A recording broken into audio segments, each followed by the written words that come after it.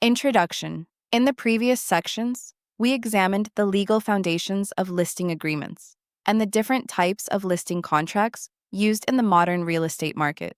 With an understanding of how these agreements are created and what obligations they impose, the next logical step is to explore how they come to an end. A listing agreement can conclude in many ways, but only one outcome represents true success for both the agent and the client: fulfillment. Fulfillment occurs when each party completes what they promised to do. However, not all listings end in a completed transaction. Sometimes a listing must terminate due to legal, practical, or contractual reasons. Understanding these outcomes is essential to protecting a client's interests, earning compensation, and avoiding disputes. Fulfillment of the listing agreement, agent's performance. An agent fulfills a listing agreement by performing the result specified in the contract. In most listings, this means either finding a ready, willing, and able buyer or successfully bringing about a completed transaction that the client accepts. Once that result is achieved, the agent's performance is legally complete, even if circumstances later prevent the closing from occurring. Finding a customer versus effecting a transaction. Listing contracts differ in the type of performance required. Under a procurement-style listing, the broker satisfies the agreement by finding a ready, willing, and able customer who agrees to the seller's terms. Under a transaction-style listing, the broker must find a customer who not only meets those terms, but also produces an offer acceptable to the seller. A ready, willing, and able buyer is one who agrees to the seller's terms, can financially complete the transaction, and has legal capacity to perform. For instance, an agent who procures a buyer offering full price with a loan pre-qualification has satisfied the agreement, even if the seller later changes their mind. Specific responsibilities. A listing agreement authorizes the agent to perform activities needed to achieve the objective of the listing. These may include showing or seeking property, locating buyers or tenants, advertising the property, promoting the listing's features, communicating price and terms to prospects, and helping the parties reach a mutual understanding. These activities fall within the scope of special agency unless expressly expanded. Due diligence requirements.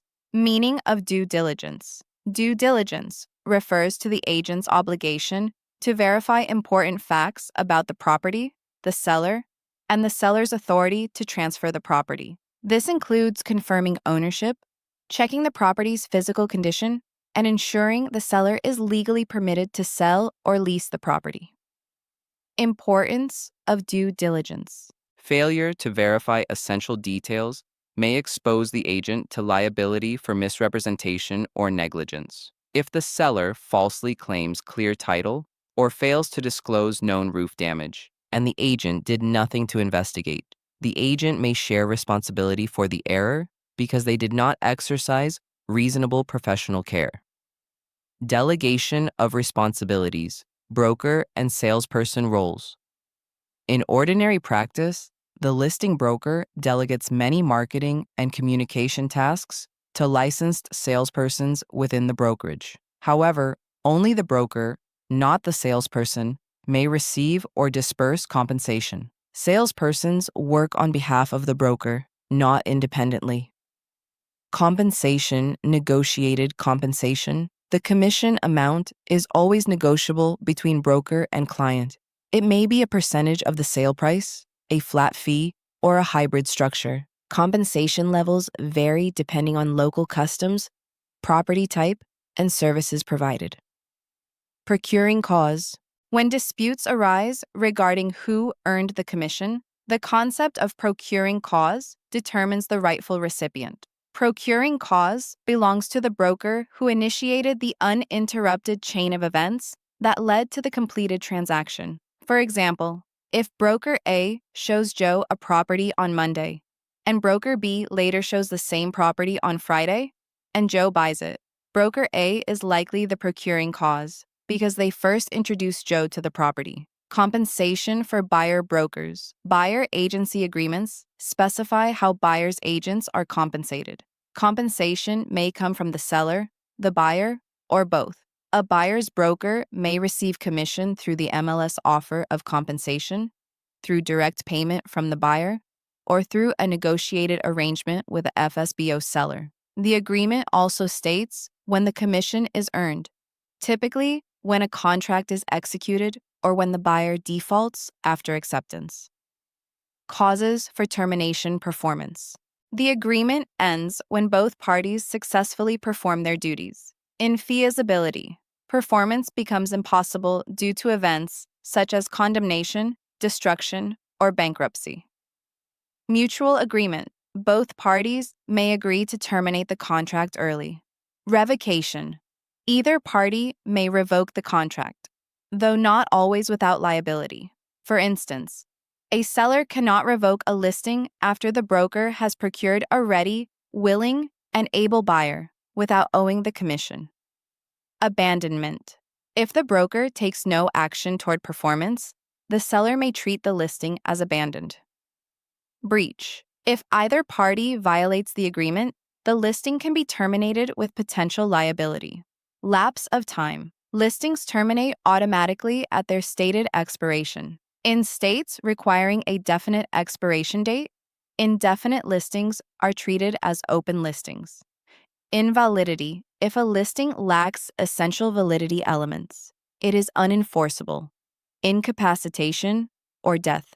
Because a listing is a personal services contract, the death or incapacity of either the broker or the seller terminates the agreement. Revocation of the listing. Power versus right to revoke. Both broker and client have the power to revoke, but not always the right. Revocation may create liability if the other party has fulfilled contractual obligations. A seller who revokes after a buyer has been procured will likely owe the full commission.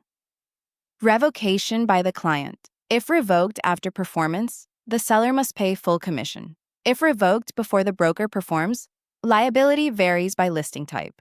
An exclusive right to sell may still obligate the seller if a buyer is found during the original listing period. An open listing typically allows revocation with no penalty if revocation occurs before performance.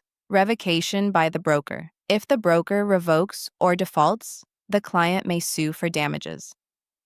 Review summary. This section examined what it means for a listing agreement to be fulfilled, how agents earn compensation, and why due diligence is essential to risk management. It explained procuring cause, the ways listing agreements terminate, and the distinction between power and right in revocation. Understanding these concepts helps real estate professionals protect clients, avoid disputes, and safeguard their own compensation rights.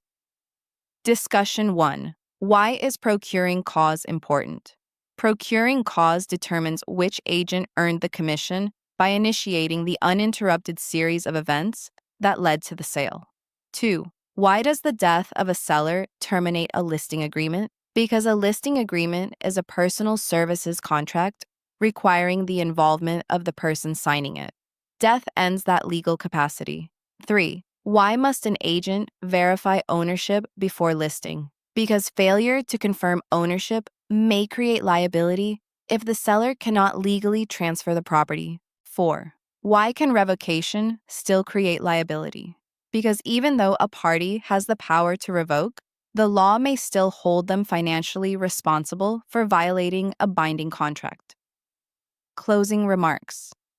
Mastering fulfillment and termination rules prepares future real estate professionals to confidently manage listing agreements from start to finish. Agents who understand how and when compensation is earned and the legal implications of termination are better equipped to protect their clients, minimize risk, and uphold professional standards.